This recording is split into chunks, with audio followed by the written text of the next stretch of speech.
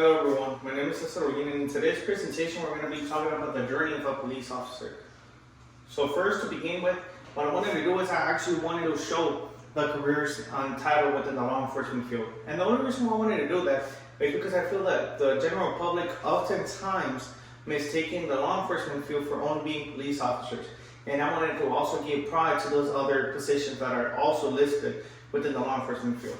So just to mention a few of those, we have criminal investigators, we have private detectives, we also have correctional officers, which in my case I'm currently a correctional officer, we have probation and parole, and the list goes on.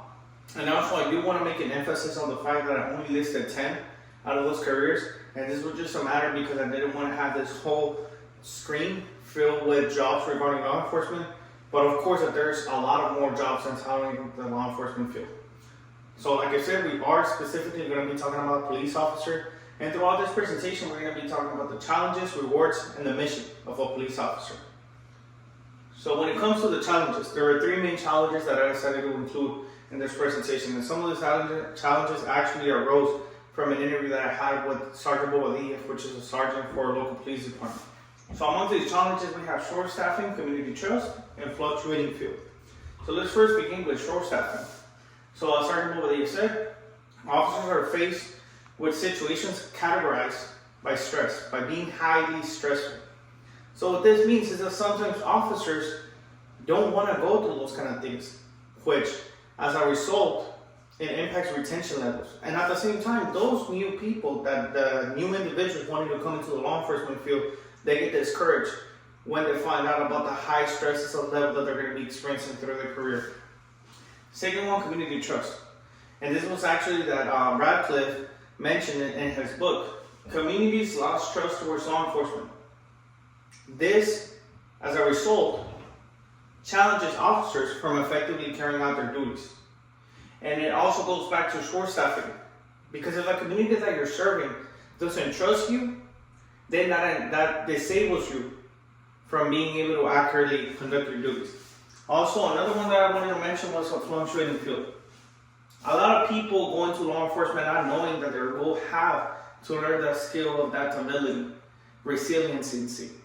They believe that every situation is going to be the same. However, being in the law enforcement field as a police officer requires for you to be able to adapt effectively under certain situations. And to be honest, most of the situations will require for you to adapt. Then we're going to go to rewards. If all those challenges are present, why do people still want to become police officers? Well, because there's a lot of rewards, which out of all those, I wanted to mention three specifically. Job satisfaction. So first and foremost, job satisfaction is one of the things where police officers actually decide to stay within the department. And it ties back specifically with making an impact. So once you start working as a police officer, you do get a lot of satisfaction from the activities you do, especially when it comes to helping out your community.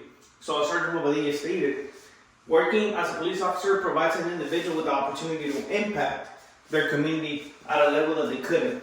And this is actually something that she did make a lot of emphasis in, where she stated that as working as a police officer is the first time that she actually felt that she could have, and she had an impact among her community.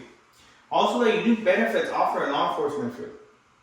So as Eldink and Milink mentioned in their book, the benefits offered within the law enforcement field, especially as a police officer, are unique to the field.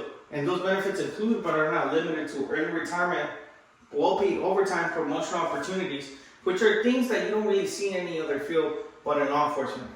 Now, the purpose, and this is something that I do want to make a big emphasis on.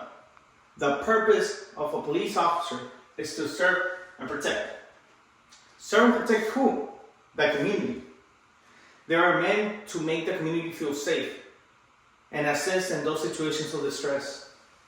So now with this being said, now we're actually going to go and touch base into understanding an officer. So in order to fully understand an officer, I conducted a personal interview via telephone with Sergeant Bobadilla, as I mentioned before.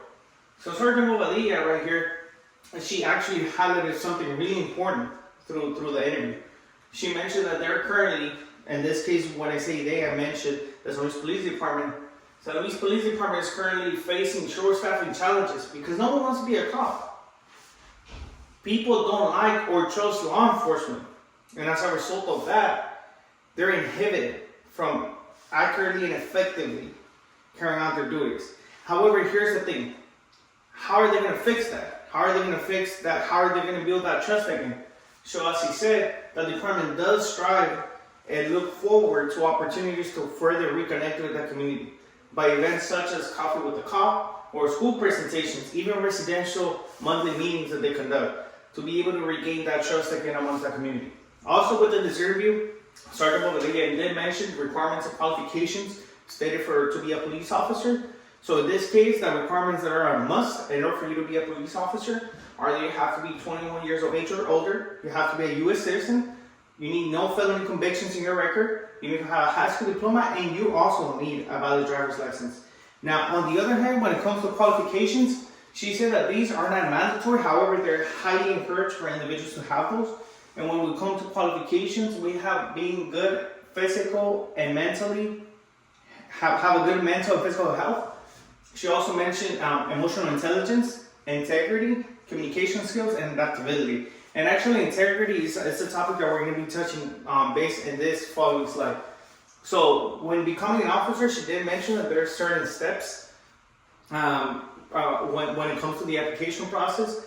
So, the steps the Sergeant Bobadilla mentioned that are required for an officer to complete in order for them to become a sworn officer are fitness examination, a drug test, and interview that is going to be completed by 3 panelists that are going to be asking you questions regarding your experience as well as providing you with scenarios to see how you react, background investigations, and then after that, completing an academy. So when it comes to her background investigation, she said that most of the candidates that are disqualified from the application process comes to the background investigation. Why? Because they fail to disclose crucial information.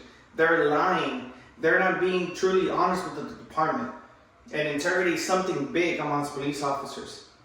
So if you fail to disclose something, or if you lie on an application, that's an automatic disqualification from the process. Now, once you're actually a sworn officer, where you're able to complete all those previously mentioned steps, Sergeant Bobadilla also asked what a typical day would look. To which he answered that there's no typical day in law enforcement. However, there are duties and responsibilities that they do conduct on a daily basis and that must be completed daily for them in order to be effective at their job. So some of those responsibilities, just to mention a few, are assisting in crosswalks, especially the school crosswalks, responding to traffic accidents, attending courts, and also neighborhood patrolling.